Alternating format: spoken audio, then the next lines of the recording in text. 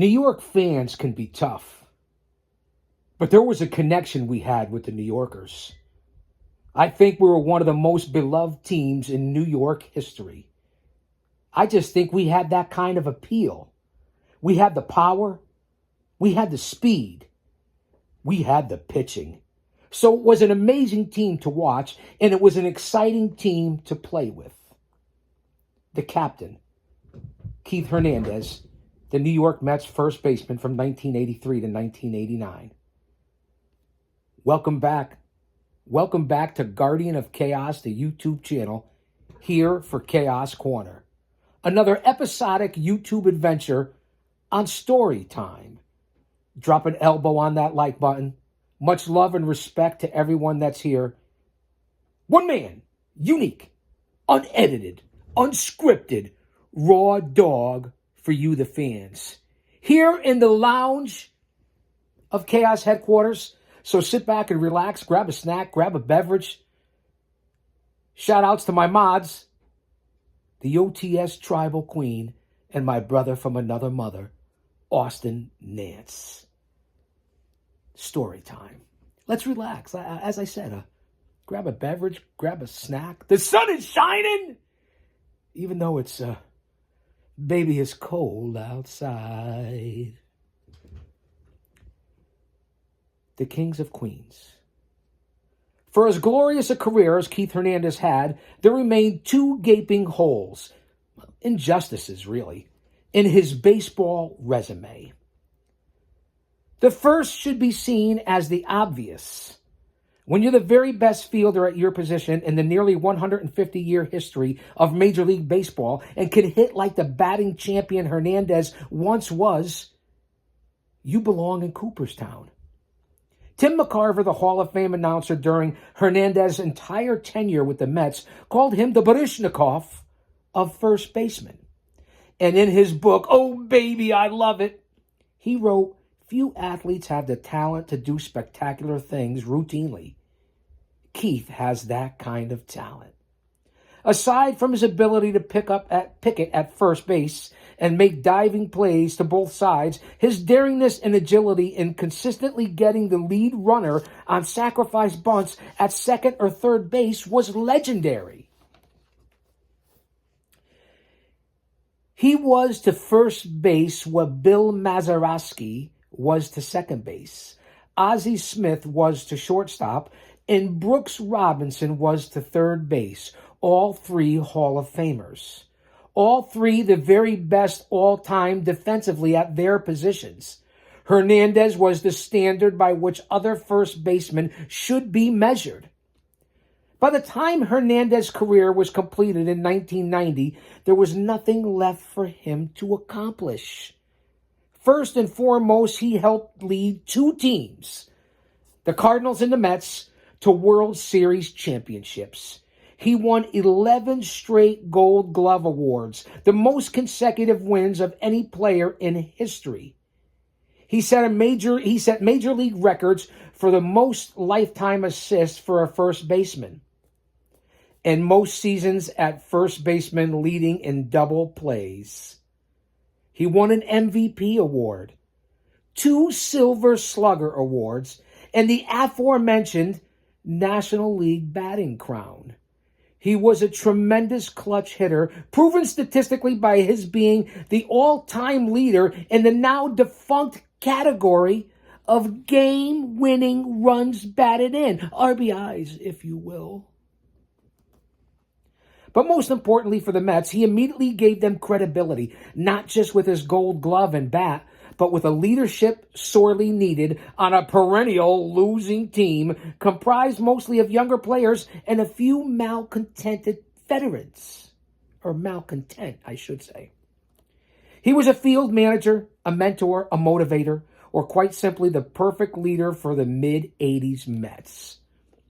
When I once asked Mookie Wilson, who wrote glowingly of Hernandez in his autobiography, which I co-wrote with him, just a little FYI, why Keith wasn't in the Hall of Fame, he rolled his eyes and said with resignation in his voice, "Oh, please don't get me started on that."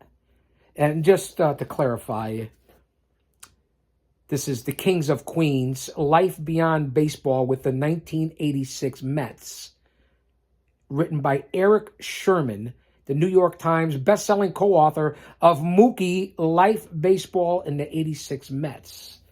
So I don't want you to think that it's me that's writing the book, and although if you did, you would have to have the brain of a dehydrated BB to believe that. What I say, man? Lighten up, kayfabe.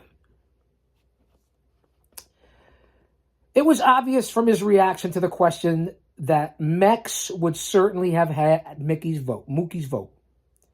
Say that 3 times fast. Mex would have Mookie's vote. Mex would have Mookie's vote. Mex would have Mookie's vote. I did it. Yet in a Hall of Fame balloting where a former player requires 75% of the vote for Baseball Writers Association of America, the BBWAA, for induction, Hernandez's highest total was just 10.8%. He is no longer on the Hall of Fame ballot, leaving the only means for possible enshrinement having it come by way of the Veterans Committee. Now let's remember the time frame. I'll hop back and I'll let you guys know when exactly this was written. This has been in the vault of Chaos Corner for Chaos Chronicles for some times now. Let me just go back to when this was, so I have us correct information here, because you guys know I like to have my stats correct. This was written in 2016, so a little less than 10 years ago for the time frame. He is be voted in by the Veterans Committee is the only other way. What an injustice. His other missed opportunity was not becoming a big league manager, whether he ever truly wanted the opportunity or not. Mex was a master when it came to the psychology and subtitles of the game and used that skill to successfully energize his own teammates or conversely to get inside of the heads of his opponent. He also wrote an entire book on the strategies of the game using more than 250 pages to break down 2 major league contests pitch by pitch in the book Pure Baseball. As a Cardinal, he no doubt picked up a great deal about managing from Hall of Fame pilot Whitey Herzog. Their strained relationship be damned. And as first baseman of the Mets, Keith routinely made more road trips to the mound than even the manager, Davey Johnson. He knew just what to tactfully say to a young pitcher without damaging his psyche, like telling a kid that didn't have his breaking ball on a given day that the opponent couldn't touch his fastball, or to his infielders advising them on where to align themselves and what to do if the ball was hit to them in different situations. He was a take-charge player, likely a skill that was in his sports DNA going back to his days as a high school quarterback, a position where the leadership to move players around is a prerequisite. Speaking of Hall of Fame, we just had the announcements of the 2025 Hall of Fame, Major League Baseball Hall of Fame inductees. I know Billy Wagner is on there for sure. I believe Ichiro Suzuki is on there. Konnichiwa, bitches. Arigato from the Chaos-san. There's only 3 going in, so it's Ichiro, Billy Wagner, and I don't know how I could miss the third. I don't think it's... get back to me on it. I don't know how I could miss... Oh, the third one is C.C. Sabathia. The big man, C.C. Sabathia. That's right. My mind's like a lazy Susan. It'll come back around. Nostalgia just ain't what it used to be. As I rumble, stumble, fumble, and mumble. We'll probably do this in 2 parts. Stay with me. Bear with me. We're only 10 minutes in, man. A lot of things pop into my mind while I'm doing story time, especially here in the lounge. I got the heating pad on the lower back. The offices are empty. The bunker is empty. The cafeteria is empty. The garage is empty. Nobody in sight except the 2 savages, my Maine Coon and the tuxedo. Really is unbelievable. I'm very blessed and fortunate and thankful. And that's a shoot. And this is a temporary distraction, a much-needed stress reliever for what we're going through here and what we're going to go through. There's a lot of things happening, so stay mentally, emotionally, physically, and spiritually fit. And I mean that. Surround yourselves with like-minded people. I appreciate you guys listening to what I put out here. Where were we? As a Cardinal, Whitey Herzog, Davey Johnson with the Mets, his DNA, high school quarterback. Okay, here we are. His Mets teammates, had full faith and trust in him as one of their own, going to Keith in the clubhouse with full realization that he had Johnson's ear, a bridge between player and manager. His formally being named the Mets' first team captain in franchise history in 1987 was met with shrugs. As the players had unofficially already recognized him in that capacity for years. Put that in your pipe and smoke it. In other words, he had all the tools to be a terrific manager, but baseball as an institution can be unforgiving, and Keith, a product of his time, when cocaine use ran rampant in society and was the drug of choice for the young and successful of the early 80s, was branded near the end of his time with the Cardinals as a recreational user. None of us are perfect. Show me one person that is. Hernandez, by his own admission, has claimed it was the angst he was experiencing from a bitter divorce that contributed to his using drugs as a kind of escape. I'm in no way defending or judging his choice in this regard. But to his credit, he took the high road, never naming other users in baseball, of which there were likely scores, and most important of all, never allowing his use to affect his play on the field. Still, by being one of the 12 major leaguers to be called in to testify before a grand jury about their drug use during the high-profile Pittsburgh drug trials of 1985 and later facing punishment handed down by Commissioner Peter Ueberroth, he appeared to seal his fate for possible induction into the Hall of Fame and for the option of becoming a future major league manager. It hardly seemed to matter that by the time his playing career had ended, his involvement in drugs was ancient history. The only person I hurt was myself, Hernandez said at the trial. Indeed, perhaps Keith was right about that assessment. Still, I can't help but think of the case of Ferguson Jenkins, a future Hall of Fame pitcher who was caught possessing cocaine, hashish, and marijuana during a customs search in Toronto in 1980 while a member of the Texas Rangers. Well, Ferguson Jenkins is now in the Hall of Fame. Nor can I forget about the arrest of first baseman Orlando Cepeda in 1975 for the importation and possession of approximately 165 pounds of marijuana. Yet Cepeda would also eventually be elected into the Hall of Fame, in his case by its veteran committee. Nothing against Jenkins and Cepeda, but with their own drug-related transgressions far more serious than Hernandez's, how is it possible that they are in the Hall of Fame and Mex, which is Keith's nickname, is not? It just doesn't add up, does it? Bueller?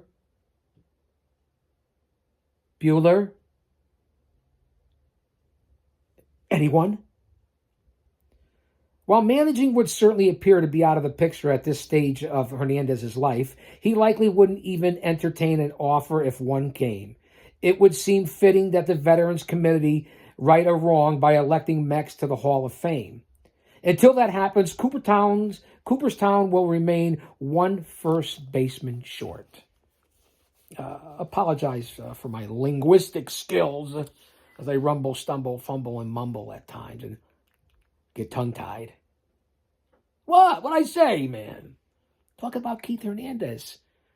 The best announcing team in all of baseball. Darling, Hernandez, and Gary Cohen. Come on, man. Whether you're a Mets fan or not. Do I look comfortable? Because I feel comfortable. Shout out to my boys, the Duke boys, wearing their newly sponsored shirt. Just the good old boys. Never meaning no harm. The Duke boys, Caleb, Unbelievable Beast, and Corey. Mr. Saturday Night. The Duke brothers, the Duke boys, if you will, just made their tag team debut this past weekend at Resolution for Paradise Alley Pro Wrestling. And we're not here to talk about wrestling. We're here to talk about baseball, although they are my two loves. It goes family, pro wrestling, Major League Baseball. And above all that, if he's for us, no one could be against us. Our Lord and Savior, Jesus Christ, is number one. Until that happens, Cooperstown, I did that twice now, will remain one first baseman short. I have always been intrigued by Hernandez and the intensity he brought to every game. When I played college ball, I used to time a pitcher's motion while on the deck circle in precisely the same manner that Keith did. And I lived by his philosophy of never giving up at an at-bat, even in a lopsided game, never giving up that at-bat. I tried to always be prepared like Hernandez was, never wasting a single opportunity on the ball field. My initial thought about the news that he had been acquired from the Cardinals on June 15th, 1983, I hope your notebooks are out, who could the lowly Mets have possibly traded to get him? Because the Mets were hurting, if you remember, late 70s, early 80s. Talk about your hard times. Yeah, I was hanging out at Shea Stadium. Trust me. The Mets dealt Neil Allen, a once reliable then troubled reliever, made all the more expendable by the sudden all-star closing abilities of the young Jesse Orosco and Rick Ownby, a seldom-used spot starter to obtain Hernandez. While some would argue that the George Foster trade a year earlier gave the Mets a long-awaited credibility, or that the Gary Carter acquisition was the final crowning piece to their 86 championship, no other player in the history of the franchise changed the club's attitude, fortunes, and overall look faster and more profoundly than Hernandez. Herzog, the Cardinals manager who pushed Hernandez out and justified the uneven trade by reportedly dropping hints to the media before that news was public that Keith dabbled with cocaine, should be honored with a monument outside of Citi Field for his most charitable contribution to the Mets franchise. Wow. Let me read that again. He had a lot of problems with Whitey Herzog. Herzog, the Cardinals manager who pushed Hernandez out and justified the uneven trade by reportedly dropping hints to the media before that news was public that Keith dabbled with cocaine, and he should be honored with a monument outside of Citi Field for his most charitable contribution to the Mets franchise. Is that a double indemnity? What is that here? I had the pleasure of working with Keith on several different occasions while doing research for Mookie Wilson's autobiography, Mookie Life, Baseball, and the 86 Mets. And then later, after Mex agreed to write the foreword for the book. Each time we spoke, I found that once you get him started talking baseball, he's a writer's dream. He's ultra intelligent about the sport, brutally honest, unfiltered, ever loquacious, and a great storyteller. It's those ingredients that help make him one of the great listens as a television color analyst, and one of the few reasons to tune in during the recent down era of Mets baseball. Hello, McFly, I just said that. I caught up with Keith over the phone on one of those occasions from his hotel room at the Marriott Marquis in New York's Times Square, where he had just finished a workout. We began talking about when he first joined the Mets and how active he was on the field, making regular trips to the mound, talking with the pitchers, giving directions to the infielders, and generally embracing the role of field general. Did you take on those duties with the Cardinals as well, or was that something you did with the Mets because they were a younger team and in need of more direction? I asked. Lou Brock always told me that someone in the field has to help out the pitchers when you're out there, Mex began. I grew up with the Cardinals. They were a veteran team, and I came up. Now listen to these words. And as I got older, a lot of guys I played with in the minor leagues were still there. So I never really took on that role. But when I came over to the Mets, there was just so many young players. So what Lou said really resonated with me. We had a lot of young guys and obviously a pitching staff that was wonderful. I had been in the league at that point around 10 years. I knew the hitters. So it was a perfect spot for me to step in and kind of take on that role. As they became experienced, I eventually sort of backed off. But I was kind of an emotional player anyway, so that's just the way it was. I tell Keith that from my perspective, even though the record of the 1983 Mets was similar to that of the 82 version, I could see signs of a turnaround. When you arrived from St. Louis, I said, the Mets had just called up Darryl. So with the addition of you both, the team certainly looked more competitive than in previous years. But Mex didn't see it that way. I kind of disagree with you about 83. I didn't see anything down the line. There was no Dwight Gooden. He wasn't there. There was still a lot of dead weight on the team, but I had no idea they had all that talent down in the minor leagues that came to spring training in 84. Again, I hope your notebooks are still out. And Frank Cashin did a good job of getting rid of the dead weight. Davey was the right guy for the job. The younger guys knew him from the minor leagues, and it was a natural progression right there. Davey knew who the good players were, and there were plenty of them. You mentioned Doc. Though the Mets had another pretty good young pitcher at that time named Ron Darling, I said. I know you've been close with Ron, and you've shared the SNY broadcast booth with him for years now. He could have been the ace on a lot of staffs, but with the Mets, it was always Doc. In your conversations with him, did he ever mention to you that he may have felt overshadowed by Doc, or was he uncomfortable or comfortable in his role with the Mets? Oh, I think Ron was comfortable, Keith said. He got the ball every fifth day. It was just Doc was number one, and everybody pitched every fifth day. So it was like they adjusted the rotation so Doc could pitch more or whatever. Everybody had their turn, and they all got the same amount of starts. So no, there was never any of that. And in 84, they were all young kids just trying to make their way. That was the big opportunity. There was Ronnie when he broke in. Doc was a rookie. You had Roger McDowell, who was a rookie. Walt Terrell, who wound up getting traded but was in the beginning of his career. So no, I don't think Ronnie felt overshadowed at all. Doc was a rarity, like a Bob Gibson or a Dizzy Dean or any of the great pitchers. That's what Doc was. They don't come around too often. Regarding 84, I said, so many fans I talk say that year was even more satisfying than winning it all in 86. We're talking about 84 here. There was for them in many ways a greater sense of accomplishment with the Mets being in a pennant race well into September in 84, considering how far the club had come over the previous 7 losing seasons. Hence when I said the late 70s into the early 80s, when I was hanging around a lot at Shea, it just was terrible. The attendance, the team, the Dave Kingman matinee idol, Lee Mazzilli days, so on and so forth. I was there in 73 when it was Seaver and when Willie Mays played there, and the Mets went on to the World Series against the Oakland A's. Hung around that stadium for a long time. Focus, chaos. Focus. How about for you? What season gave you a greater sense of accomplishment, 84 or 86? You don't have to ask me. Well, we did the ultimate in 86, Hernandez recalled. When you look in the record book, in the history of baseball, I don't think there are 20 teams that won 108 games in the regular season. But in 84 was really a fun year.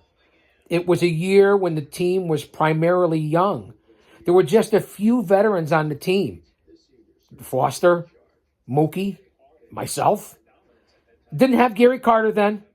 It was all about the young kids. And one of the most fun years of my 17-year career.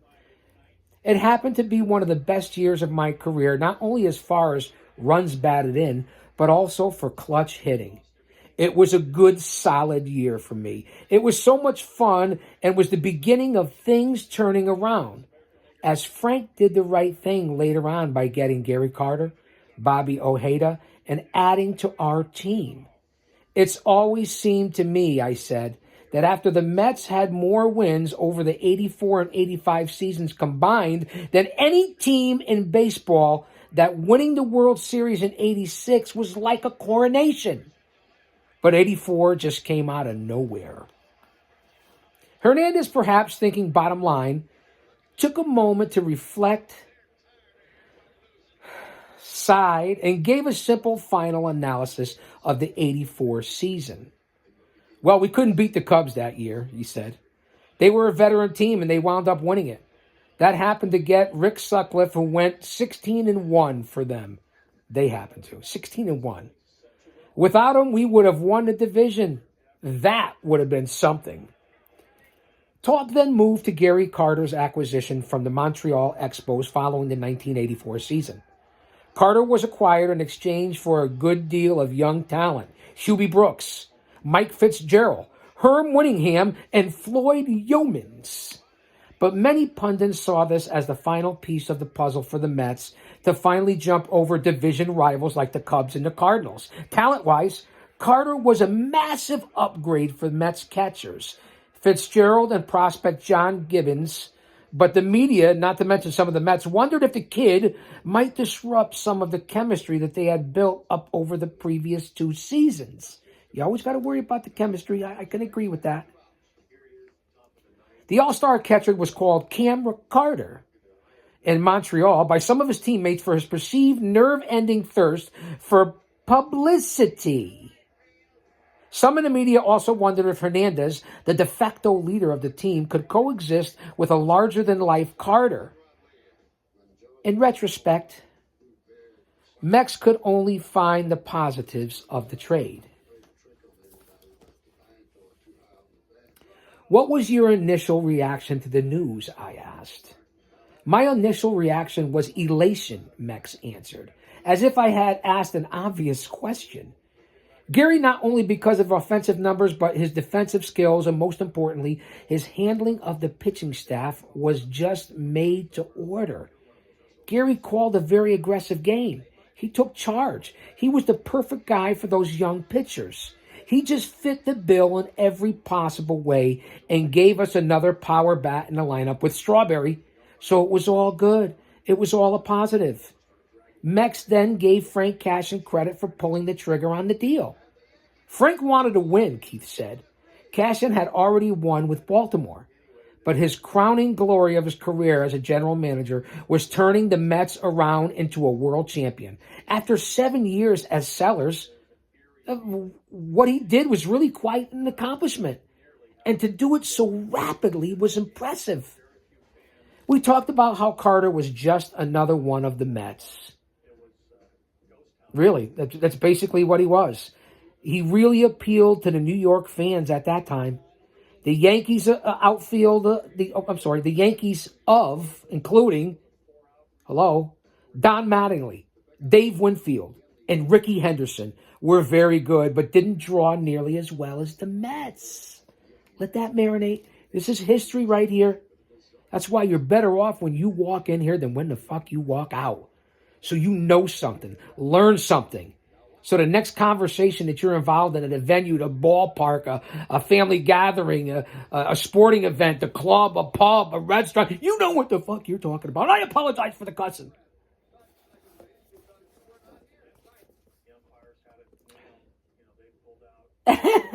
Where the fuck am I? Frank wanted to win, Keith said. We talked about how Carter was just another one of the Mets, right? We talked about the Yankees, Mattingly, Winfield, Rickey Henderson.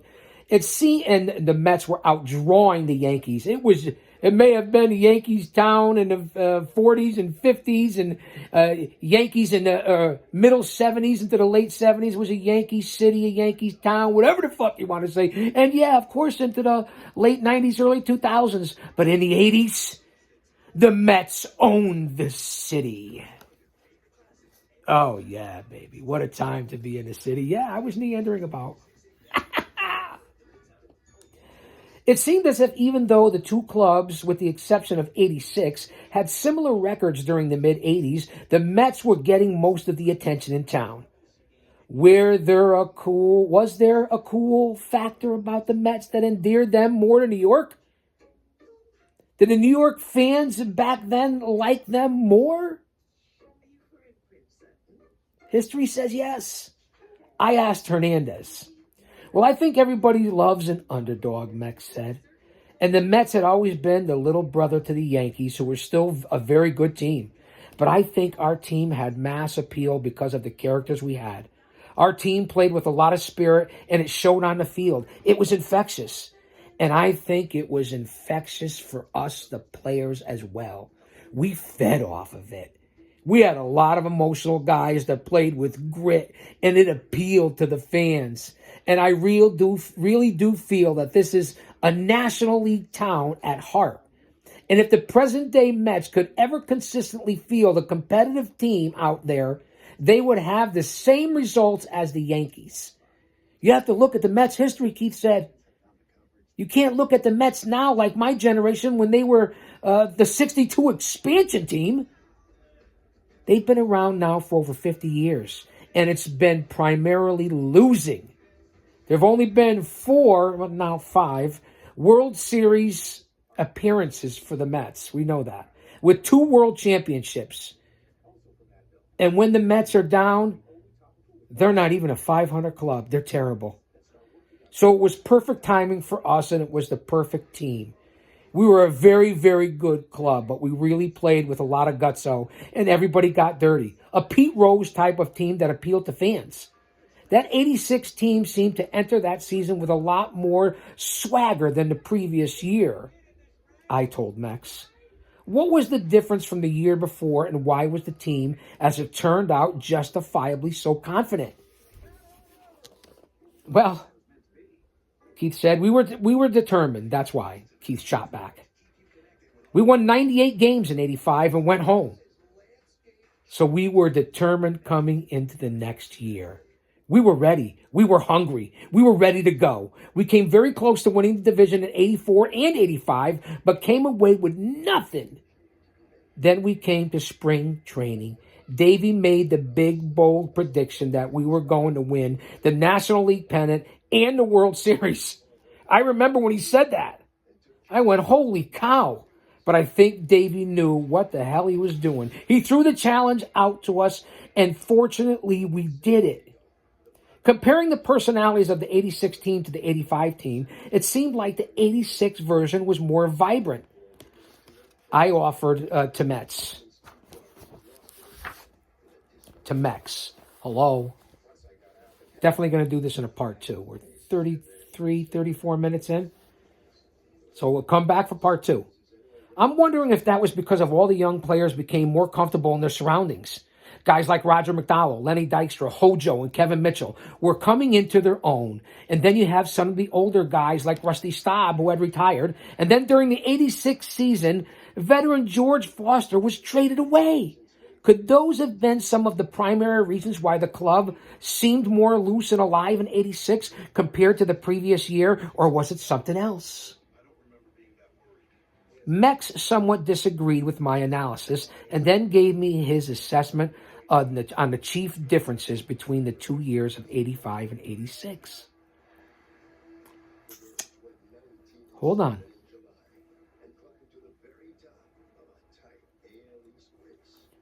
I always thought we were loose and alive, he exclaimed.